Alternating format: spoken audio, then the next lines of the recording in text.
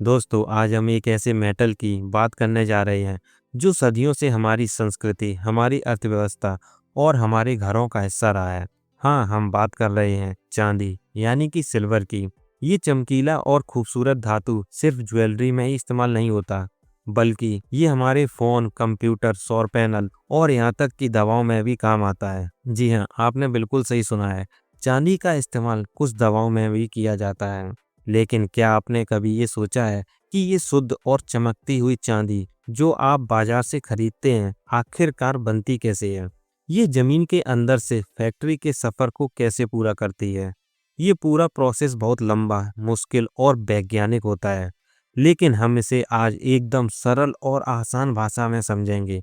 तो ये सफर शुरू होता है गहरी खदानों में, जहाँ से हम रॉ मटेरियल निकालते हैं, और खत्म होता है शुद्ध चांदी पर। तो चलिए इस अद्भुत यात्रा पर चलते हैं। चांदी के बनने का सफर दो हिस्सों में बटा है। पहला है माइनिंग यानी कि जमीन से कच्चा माल निकालना, और दूसरा है रिफाइनिंग यानी फैक्ट्री में उसे साफ करना। माइनिंग का पहला कदम ये पता लगाना होता है कि चांदी कहाँ पे छिपी है। सबसे पहले तो हमें ये समझना होगा कि चांदी मिलती कहाँ है। ज़्यादातर धातुओं की तरह चांदी भी जमीन के अंदर अयस्क के रूप में मिलती है, यानी ये पत्थरों और दूसरे मिनरल्स के साथ मिलकर फंसी हुई होती है।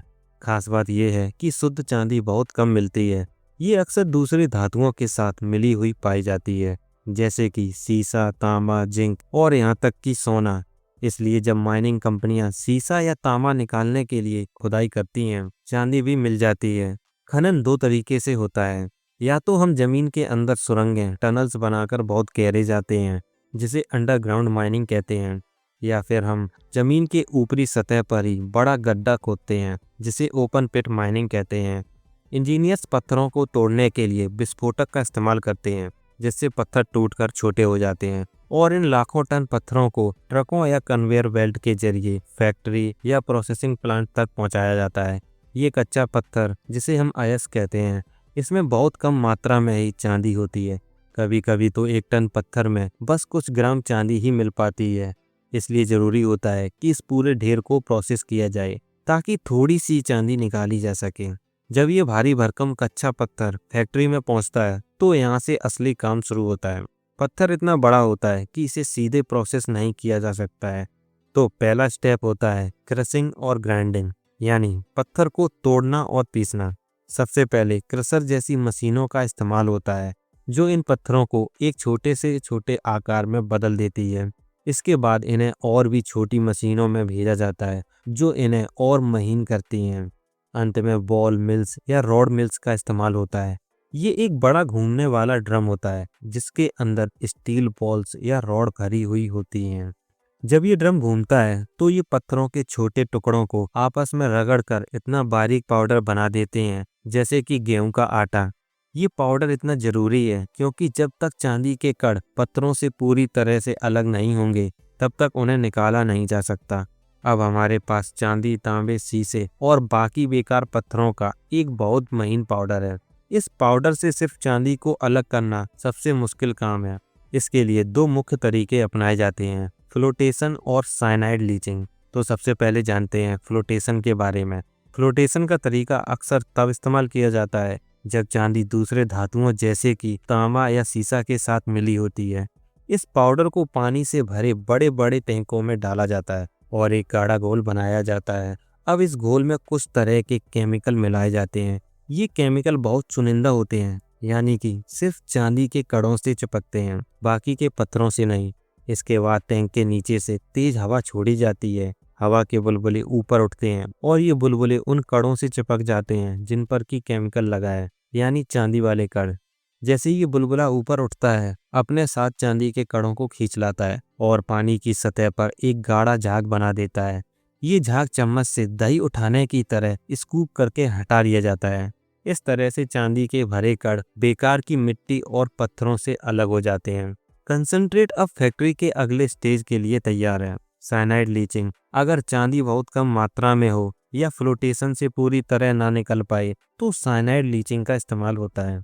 ये एक खतरनाक प्रक्रिया है क्योंकि इसमें साइनाइड नामक एक तेज जहरीला केमिकल इस्तेमाल होता है, लेकिन साइंस में ये कमाल का काम करता है। पिसे हुए अयस्क को बड़े बड़े टैंकों में डाला जाता है और एक बहुत पतला साइनाइड का सॉल्यूशन मिलाया जाता है। ये साइनाइड सॉल्यूशन बिल्कुल जादू की तरह काम करता है। ये सिर्फ चांदी और सोना जैसी धातुओं को पत्थरों से घोलकर अपने अंदर समा लेता है। अब चांदी घोल में मौजूद है, लेकिन इसे वापस ठोस रूप में लाना है। इसके लिए इस सॉल्यूशन में जिंक डस्ट या जस्ता का पाउडर मिलाया जाता है। जिंक, जो चांदी से ज़्यादा रिएक्टिव होता है, वो चांदी को उसके सॉल्यूशन से धक्का मारकर बाहर निकाल देता है और उसकी जगह खुद ले लेता है। इस प्रक्रिया से जो पदार्थ निकलता है उसे प्रेसिपिटेट कहते हैं, जो काफ़ी हद तक कच्ची चांदी होती है। अभी तक जो चांदी हमने निकाली है, चाहे वह कॉन्सेंट्रेट हो या प्रेसिपिटेट, वह अभी भी पूरी तरह शुद्ध नहीं है। इसमें अभी भी तांबा, सीसा, थोड़ा बहुत सोना और अन्य अशुद्धियां मिली हुई होती हैं। अब इसे 99.99% शुद्ध बनाने का काम शुरू होता है, जिसे रिफाइनिंग कहते हैं।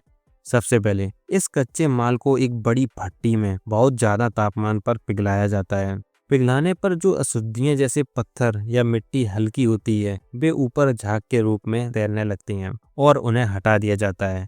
इस पिघली हुई धातु को फिर सांचे में डालकर ईंटों के रूप में जमाया जाता है। इस ईंट को डोरे बुलियन कहते हैं।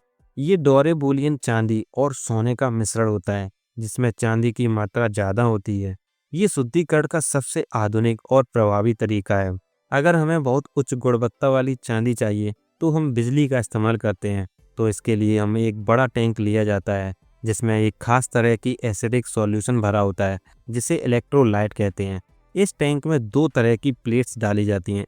एक तरफ एनोड, जो हमारी कच्ची डोरे बुलियन की ईंट होती है, यानी अशुद्ध चांदी। दूसरी तरफ कैथोड, जो शुद्ध चांदी की एक पतली प्लेट होती है। जब इस सेटअप में बिजली पास की जाती है तो एक अद्भुत प्रक्रिया होती है। बिजली की वजह से कच्ची चांदी पिघलना शुरू कर देती है और चांदी के शुद्ध कण घोल में घुल जाते हैं। ये शुद्ध कण बिजली के खिंचाव के कारण घोल को पार करके कैथोड पर जाकर चिपकना शुरू कर देते हैं। जो अशुद्धियां होती हैं, जैसे तांबा, वह भी घुल जाता है, लेकिन सोना और प्लेटिनम जैसी कीमती अशुद्धियां घुलती नहीं हैं, बल्कि एनोड के नीचे कीच के रूप में जमा हो जाती हैं और बाद में उन्हें भी अलग कर लिया जाता है। कुछ दिनों तक ये प्रक्रिया चलती रहती है और कैथोड पर धीरे धीरे एकदम शुद्ध चांदी की एक मोटी परत जमा हो जाती है। जब इस प्लेट को बाहर निकाला जाता है तो ये 99.99 शुद्ध चांदी होती है। इसे फिर से पिघलाकर अलग अलग आकार की ईंटें, सिक्कों या दोनों के रूप में ढाला जाता है। इस पूरी मेहनत और वैज्ञानिक प्रक्रिया के बाद हमें वह चमकती हुई उच्च गुणवत्ता वाली चांदी मिलती है, जिसे हम बाजार में देखते हैं। ये सफर दिखाता है कि कैसे जमीन के एक साधारण से पत्थर से शुरू होकर क्रशिंग, पीसने, केमिकल घोल में नहलाने, आग में तपाने और अंत में बिजली की मदद से ये धातु अपनी असली चमक हासिल करती है। ये केवल एक औद्योगिक प्रक्रिया नहीं है, बल्कि ये मानव इंजीनियरिंग और केमिस्ट का एक बेहतरीन उदाहरण है। चांदी की प्योरिटी और उसकी सफाई ही ये तय करती है कि इसका इस्तेमाल गहनों में होगा या फिर हमारे लैपटॉप और अन्य हाईटेक गैजेट के अंदर जरूरी कंडक्टिविटी प्रदान करेगी। तो देखा दोस्तों, जमीन के अंदर गहराई में दबे पत्थर से लेकर आपके घर की तिजोरी तक पहुंचने का चांदी का सफर कितना रोमांचक और जटिल होता है। उम्मीद है कि आपको ये जानकारी बहुत पसंद आई होगी और अब जब आप चांदी को देखेंगे तो आपको उसके पीछे की पूरी मेहनत और तकनीक याद आएगी। अगर दोस्तों आपको मेरी ये वीडियो अच्छी लगी हो तो कृपया इस वीडियो को लाइक करें और अपने दोस्तों और परिवार के साथ शेयर करें, ताकि उन्हें भी इस अद्भुत प्रक्रिया के बारे में पता चले। और हाँ, हमारे चैनल को सब्सक्राइब करके घंटी वाला बटन दबाना मत भूलिएगा। धन्यवाद।